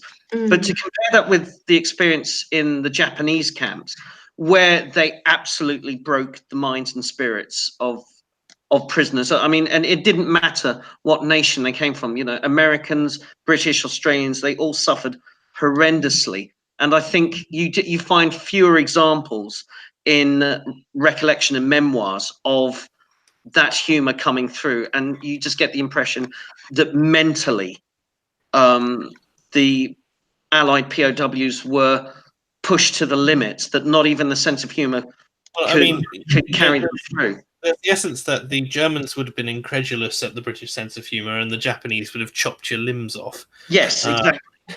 So not ideal. Yes, and I think that's why the psychological trauma lingered long after. I mean, nowadays, a British World War II veteran would look at the Germans and his German counterpart not with the loathing and contempt. You know, when you British POWs in under Japanese control still view the Japanese culture with utter contempt and hatred for what happened to them. There is very little forgiveness there, and you just it staggers me just what they went through. I mean, it's unbelievable, and I think there are limits. I mean, our character, our sense of humour has carried us through, but I think in the most extreme situations, you're being broken down on a very human level by that level of torture and brutality. And on that sunny note, I like it's very true. It's very true. Wow, this took a dark turn, didn't it? I mean, yeah, this went very dark, very quickly. Very British that doesn't involve military. You can't bring Rhubba in anywhere. He just I love it. Yeah. I haven't heard much about pubs over the years. I was going to say I haven't heard much about Bovington Tank Museum yet. But... well, British have touched on it with the funnies, and I was going to start. I see. You didn't want to go down that route. They've got a few of them down there. But I'm trying to think of good British things that doesn't involve. I mean, if you exclude it, the British do have a penchant for museums in general, right? Yeah. So this idea of actually, there is one nation that outdoes us on museums. Do tell. It's the Belgians. The Belgians, yes, the Belgians are known for creating sort of small museums in small towns. What I'm hearing, Britisher, is that we created the nation of Belgium purely to store our museums. Well, I mean, it really is strange, I mean, if there is such a thing as, I don't know, an egg cup museum or whatever in the world, it will be in Belgium. I mean. It really is bizarre that they do come up with these sort of obscure little museums in that each town has at least 2 or 3 little museums of stuff that you just wonder, why on earth would anybody go and look at? There's an egg cup collection in Wales, National Museum of Wales. I've looked it up. Yeah, I just literally made it up on the spot here, and there you go. And it's the Welsh who have it. Yeah. It's the Welsh. I have to let AA know that one. Yes. Yeah. What is AA doing this week? I think Shinobi and AA will have something to answer for when they're confronted with the existence of the Egg Cup Museum. I'll have to link them up with that one. I did see a picture of AA earlier. Well, just his hand in a cigar. So I think he's out, doing some sort of gentlemanly dalliance. He's planning something. Gentlemanly pursuit. Yes. Well, the missus gets ready. I don't know. I left the unpopular opinions chat on Twitter to get. I saw that. Why was that? I needed some space. I needed air. I was like, I wasn't sure if that was accident or. Politics was terribly depressing me, but of course he's on holiday now, so he can't add me back. Unless any of you. Oh no, I don't know if I can. I'll have a look. Let's see. But, there is a museum dedicated to the history of strawberries. I'm just looking in Belgium. Well, that's good to hear. Yes, I mean, this is clearly something of incredible importance. I mean, these are the sort of things we need to know. I mean, is there even a particular link between the Belgians and the strawberries? Well, you have to visit and find out, my friend. I remember back in the 90s. Oh, there's a carrot museum. Sorry. What? Sorry. But I remember back in the 1990s, Channel 4 showed a short documentary film called Magic Belgium. And what they decided to highlight about Belgium that made it so magic was pole vaulting over canals. And I thought that was more Dutch. And then drinking red wine from cocktail glasses that contained a live fish in it. Oh, okay. And freeform jazz. That was. Well, that's unforgivable. Yes. Well, actually, the chocolate. It's bizarre that if you had Sarah, to put together... I was wondering whether, given that we're talking, given that you mentioned strawberries, whether you did get my reference after you made your after you published your poem regarding cherry trees. Oh, was that my other account? Was that Auden? I haven't seen the. Did you reply to it? Did you?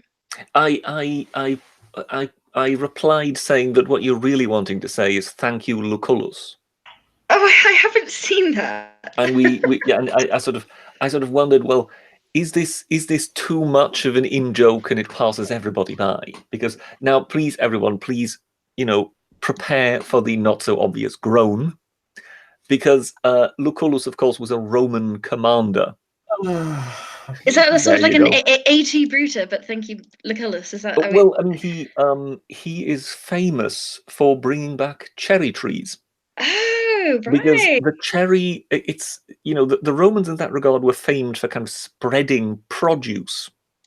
So, with their empire, if they found produce in one particular place or whatever, they would see where else it could be planted. Right. So hence, for example, you've got German wine along the Rhine. That was the Romans that did that. And Lucullus found cherry trees in the region of Cappadocia in modern-day Turkey. Pretty. And he pretty much unearthed, with the root and everything, some cherry trees and shipped them back to Italy. Oh, I see. And from there, they began spreading cherries around Europe.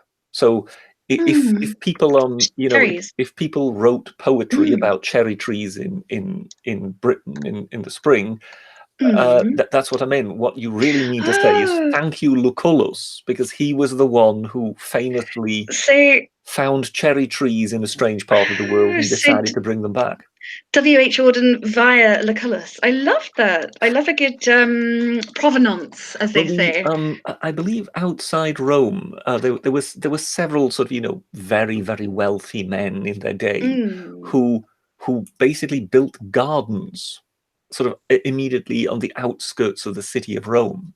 And one of the famous gardens were the gardens of Lucullus. So there would have again been cherry trees in those gardens.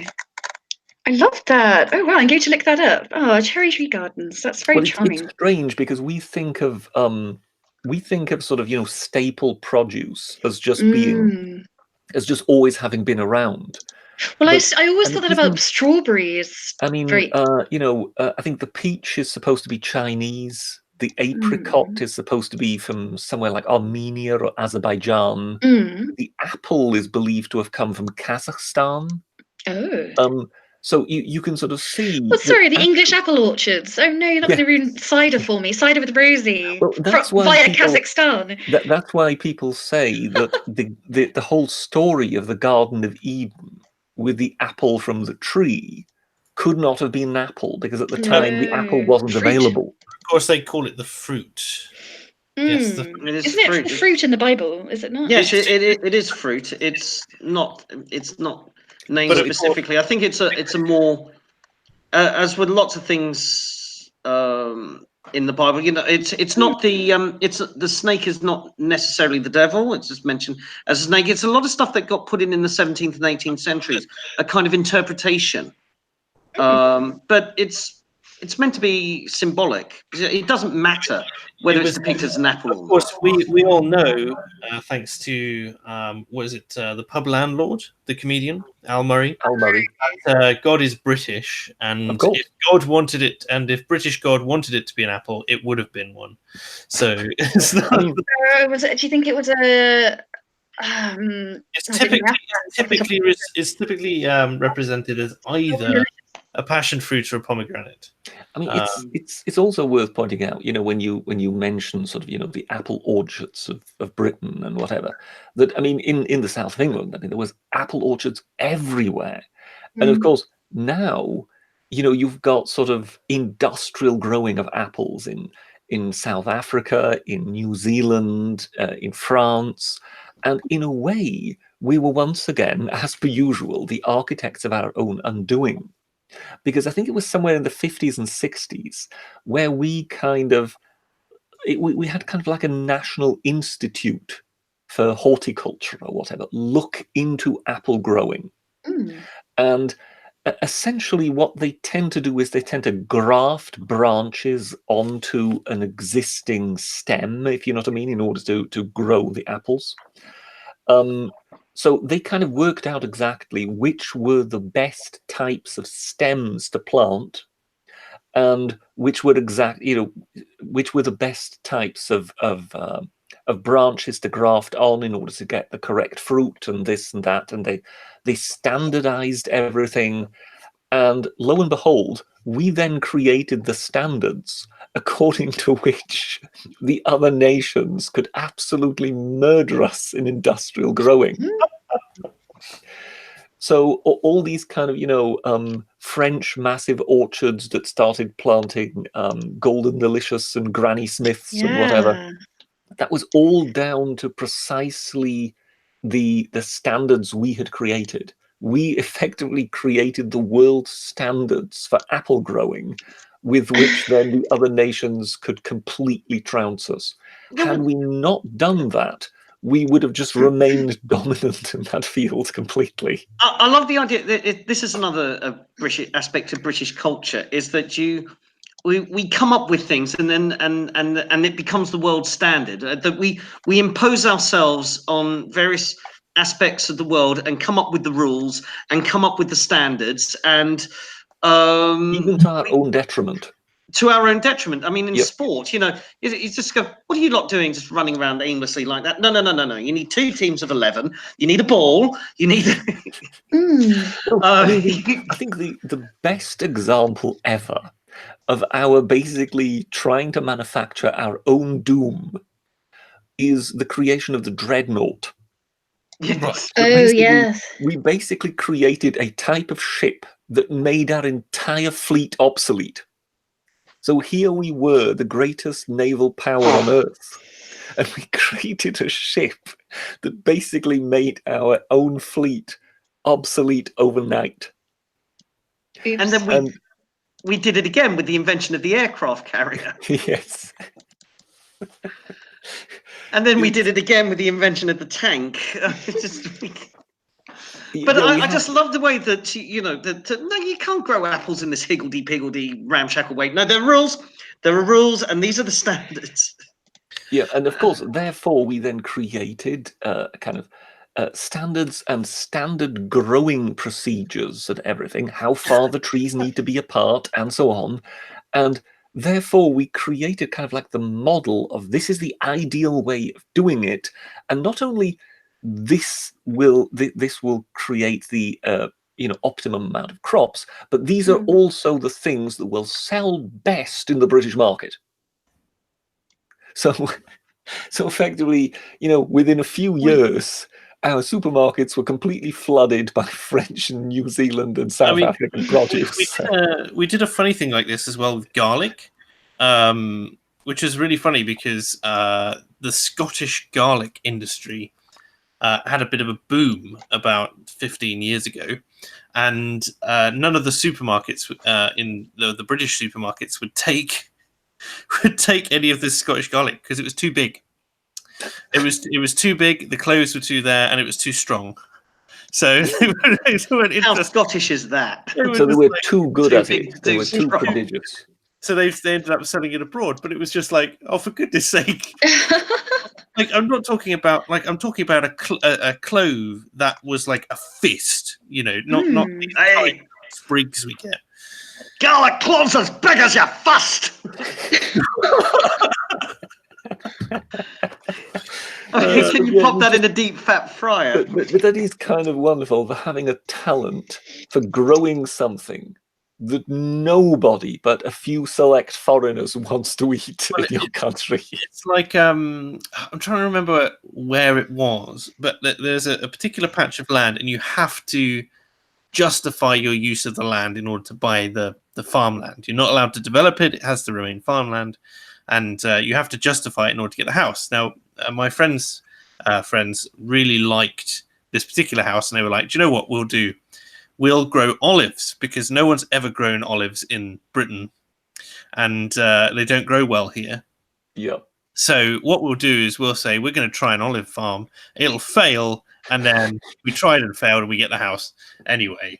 And it all went terribly wrong, because it turned out they were very successful at growing olives. Is this the olive growing equivalent of the film The Producers? I haven't seen it, so I don't. You're not familiar with that? No, you've not said, okay. This is I know of it. Basically, just to give you the basic plot. You've got two chaps who basically realize that if they raise money for investors for making a hit show, and the show fails, then nobody ever expects their money back. So you can actually, rather than raise 100% of the production funds, you can raise 1,000, you can raise 2,000, you can raise 20,000% of what you actually need to do it, because once it has failed, everybody assumes their money lost. I see. So what you then need to do is to create the show that is guaranteed to fail. And it doesn't work out. So, of course, they go out of their way to find the worst possible script, the worst possible actors, the worst possible music. Amazing. And, of course, they get an overnight smash. Amazing. But not because you know what we were saying last week, AA and I, about how we're going to make a special zeitgeist tape for you. With all the things from the past we think you should know. I would love that. Please do that, and I will do it all live. I would absolutely love that. We'll get that sort of thing. I need that in my life. And I just like all this stuff that I don't know through no fault of my own. It's the fault of your peers. They've kept you down. There's many things. But no, I'd 100% do that, because I'm always looking to expand my cultural repertoire anyway. But I'll tell you what, it is we have overrun, in fact, as much as I. But I will go through the super chats. There's some questions in there for the guests, and then we can. I think we'll wrap up. So that'll be that. So. We have a contender, Sarah, for a different best named super chatter, but you'll notice that when I mention. Okay. Tim Cornish has donated $10. Quality. I was raised as a devout Easter worshipper. My ancestors in Cornwall, known as the roots of Easter worshipper sect.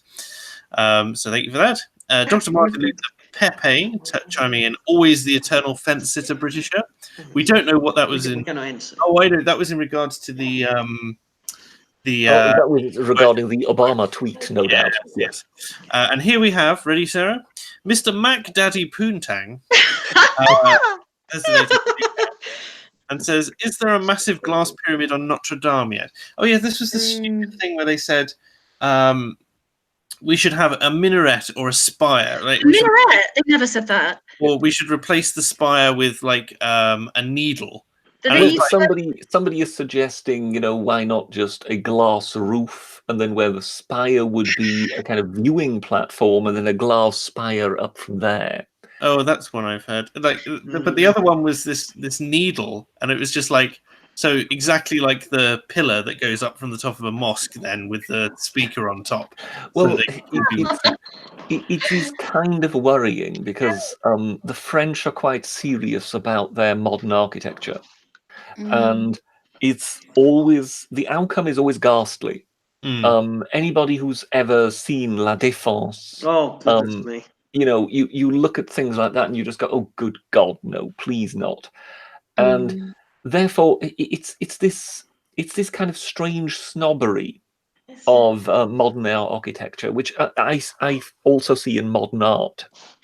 That basically, the people who say this is rubbish are the ones who are regarded as the you know, those lacking in sophistication and whatever. Yes. And therefore it's kind of it's seen as a marker of sophistication that you are able to appreciate something that is abstract.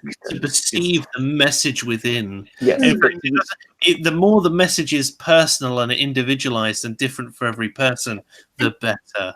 But yeah, you just sort of you look at these kind of some of these buildings, you know, Centre Pompidou, La Défense, you know, the famous pyramid outside the Louvre, and you just go, oh, for heaven's sake, people, it doesn't belong. Don't you realize it just doesn't belong? I don't mind the Louvre because of what's inside it. I think that's the Louvre a little touch here and there, fine, as an entrance hall, possibly. But maybe that's just me.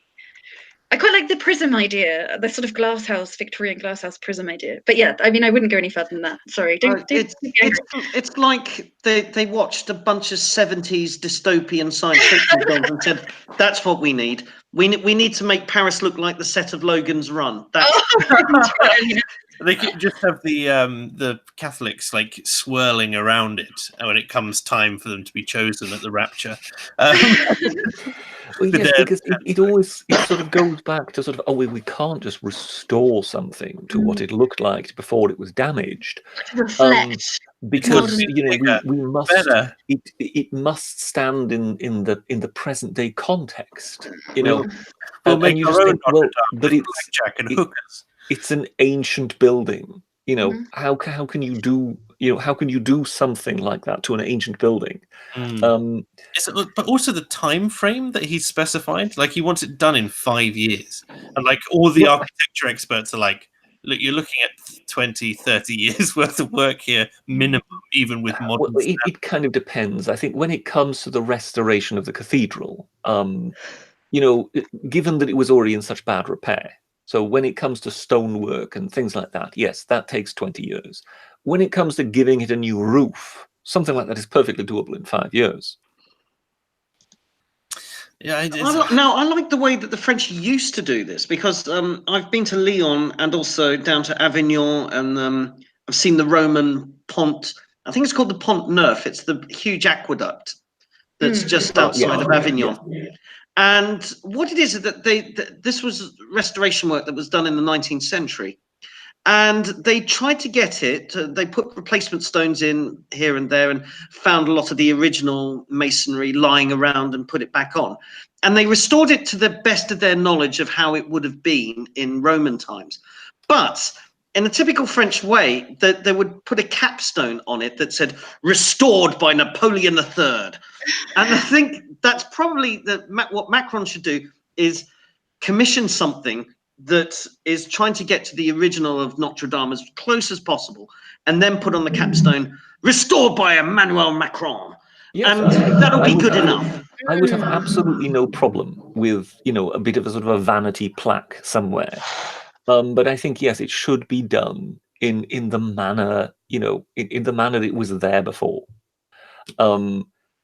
Because I think, you know, if you now just want to make this into some kind of modernist glass palace, it's just, you know, it's a kind of, it's the vanity of the present generation rather than respecting what was there before. And by the way, the great aqueduct, it's the Pont du Gard.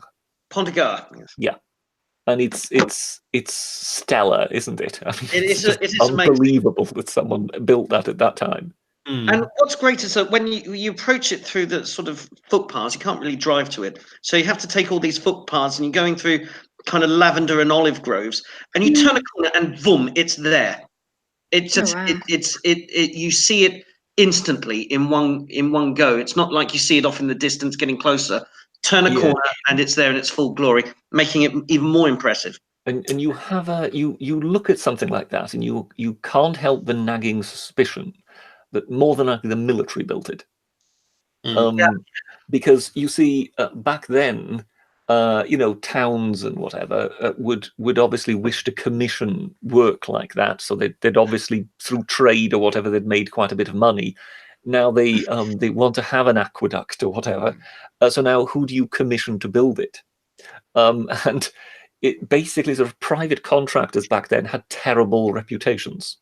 Whereas if you had some local army camp, you knew that if you gave them the contract, you would actually get a decent job done. So you look at something like the Pont du Gard and you just go, surely that must have been the army. I love the fact that chat's been talking about Notre Dame again, going Lemon GF saying it could have a fold-back sunroof. Can you imagine? But moving on. Dr. Martin Luther Pepe says, yellow turbans, yellow vests, same thing, really. Dr. Donald C. Paris has donated $10. Thank you very much. And says, this panel is extremely well-versed in history. Are we? Do we consider ourselves to be extremely well-versed in history? Yes, of course. Indeed. Well, I mean, some of us more than others. Yes, all of us more than me. All of us more than me. You've held your own tonight, Mark. You really, yeah. I've tried my best. Mr. Mac Daddy Puntang, once again, we love our countryside / manor houses in the UK. Yes, absolutely. yeah. Do you know what? I was really pining for the South Downs this morning. I like living in London with nothing but the kind of urban escape. I'm like, all I want to do, it was a gorgeous day. The sun was shining. All I want is the South Downs, the smell of the South Coast, and just that kind of open range of space in front of me. On that note, I mean, you have two ways to the southwest. Now, if you were purely pragmatic, you would always take the M5 out west. Down. But the romantic, because we love our countryside so much, we are prepared to endure the traffic jams on the A303. That is so true. So true. That is absolutely bang on. Absolutely. Mr. Will Guitars donated £10. Thank you very much. And says, a very British thing is to delight in being awful at things and being ridiculous at the same time. Monty Python and Shaun of the Dead. Whereas the Britisher loves Magnum from the USA for some reason. Does he? I didn't know that. He's not letting go of that Magnum thing, isn't he? I just realised the Britisher is Higgins, isn't he? You're Higgins. Well, now finally my identity is out. Yes. It's been revealed. When it comes to being a bit rubbish at things, yes, there is there is something about the British that kind of sort of enjoying the doing something that we're perhaps a bit crap at. Or like just having a bash at it. And then enjoying the eccentricity of it. But put it like this: we've all heard, of the great sort of Premiership derbies between Manchester City and Manchester United and whatever. But imagine just how many small football clubs there are all around the country, and once you've seen the Premiership. Then I'm sorry, but somewhere sort of 4th division or whatever, they are rather rubbish, but nonetheless they will always attract an audience. And we love a sort of turn up and stand in the rain and eat a pork pie and watch Melton Mowbray rubbish football match.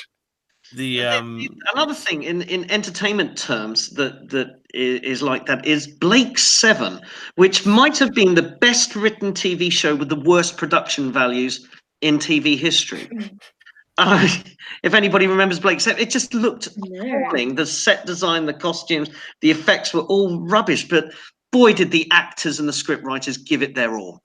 I love that. It sounds like Poldark. Amazing. Well, I mean, when it comes to utter rubbishness, don't say Red Dwarf. Can you get any more rubbish, really, than Hitchhiker's Guide to the Galaxy? No, Blake 7 looked worse than Hitchhiker's Guide to the Galaxy. It was pretty rubbishy, but it was just wonderfully enjoyable. I remember it being like difficult reading to get into, and then once you were in the swing of it, it was just joy after joy. I tell you what, I'm going to show you something just because I'm aware people will filter off now that they know we're in the kind of last stages. But we've had the thumbnail for this particular Fake Accents has been created. So by a member of our. I love that. Oh, he looks so good as Pike. So there we are. Nicholas. Am I Godfrey? I love the look of. I have once again, for some reason, got a Melchett moustache, haven't I? Every single meme of you, from now until the end of time, is going to have this moustache until you incorporate it into like the Pringles man, don't I? Yeah, and I'm definitely. Is that Luigi? Am I Corporal James?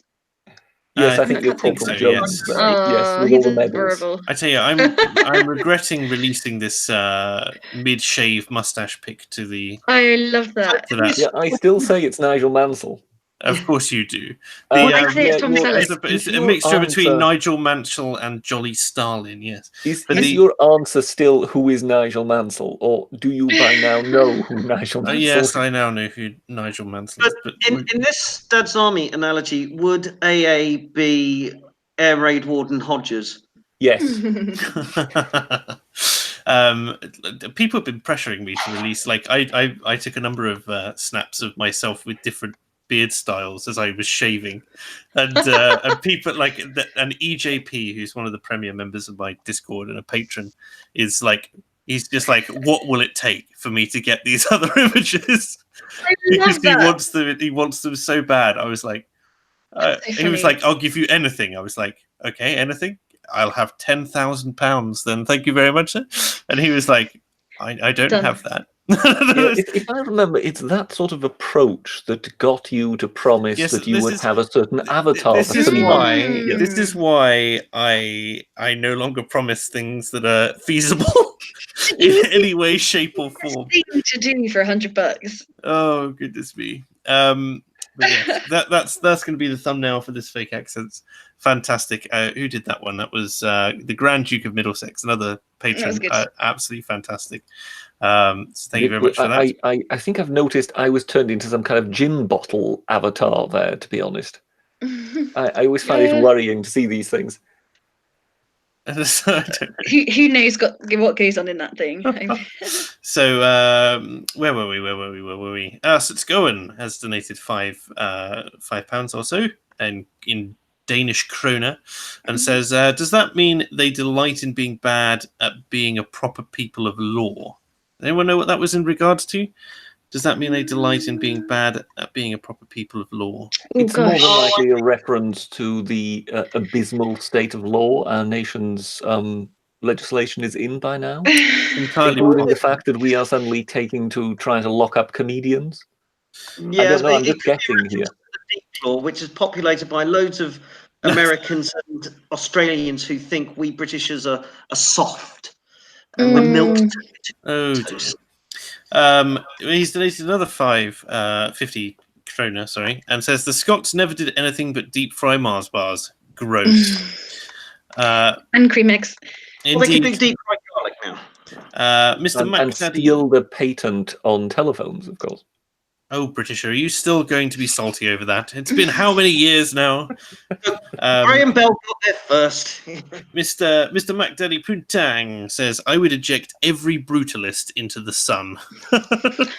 Brutalist. I love it. Like, so my dad works for an insurance company.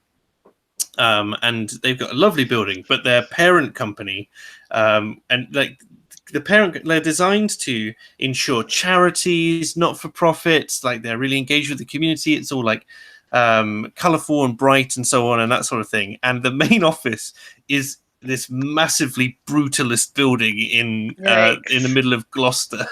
And it's just like, it looks like a gulag. Like it just looks like somewhere people would go into but not come out of, not the home of like charity insurance. What you're saying is it looks as if there's a giant mince machine and then a sort of pipe out the back.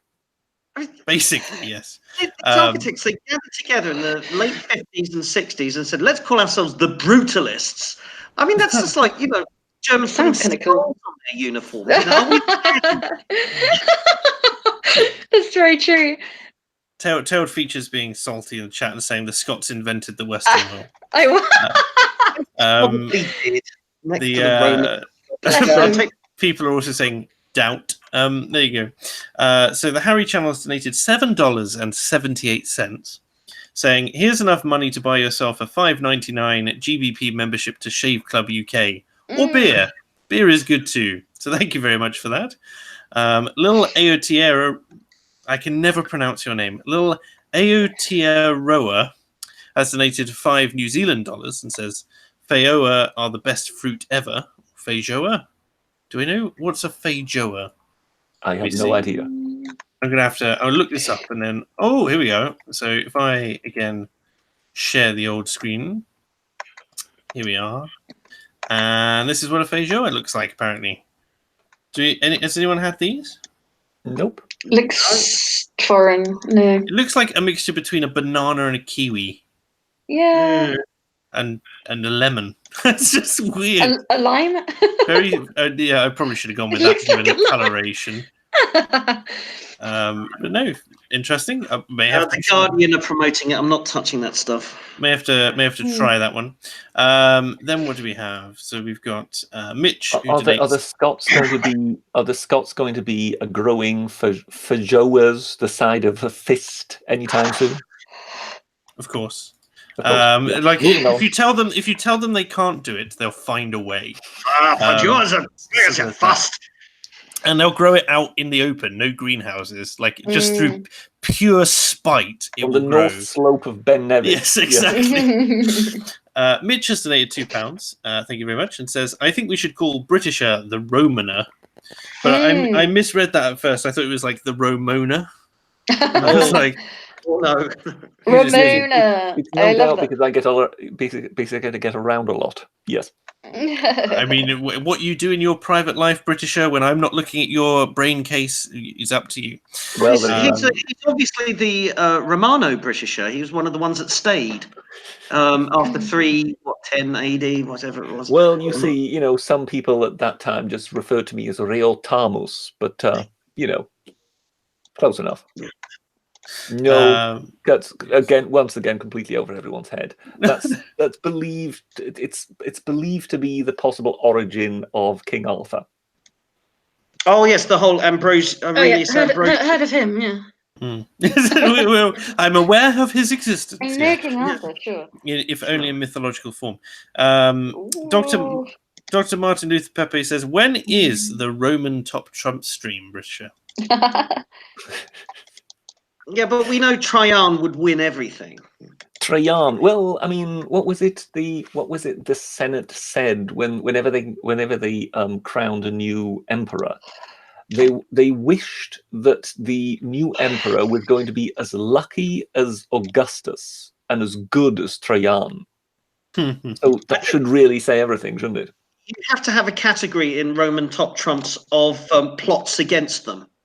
And Trajan would score low on that, so I think. I still think that more than likely Emperor Carus would win that one, because he was the chap who went on campaign with his army, and then met one night with a very unfortunate accident. I mean, that's the nature of top trumps, though, isn't it, Britisher? You've got to have people who excel in each category. Well, you see, I mean, it's just a matter of whether you wish to believe the official record or not. Because apparently, while he was sleeping, his tent was struck by lightning. Now, if you believe in the odds that a Roman emperor's tent is struck by lightning in the middle of the night, and managed to slit his throat, yeah. And then, as opposed to somebody just his successor is then found among those military leaders who are already in the camp. It's odd, that, isn't it? More like struck by his tent being lit on fire by persons unknown. Oh, you cynic! There's absolutely no evidence to that effect whatsoever. The Morning Dawn says donated £2 and says, "Y'all emailed the online harms gov consultation yet?" I wasn't aware that we could. but I will look into that and see what can be done.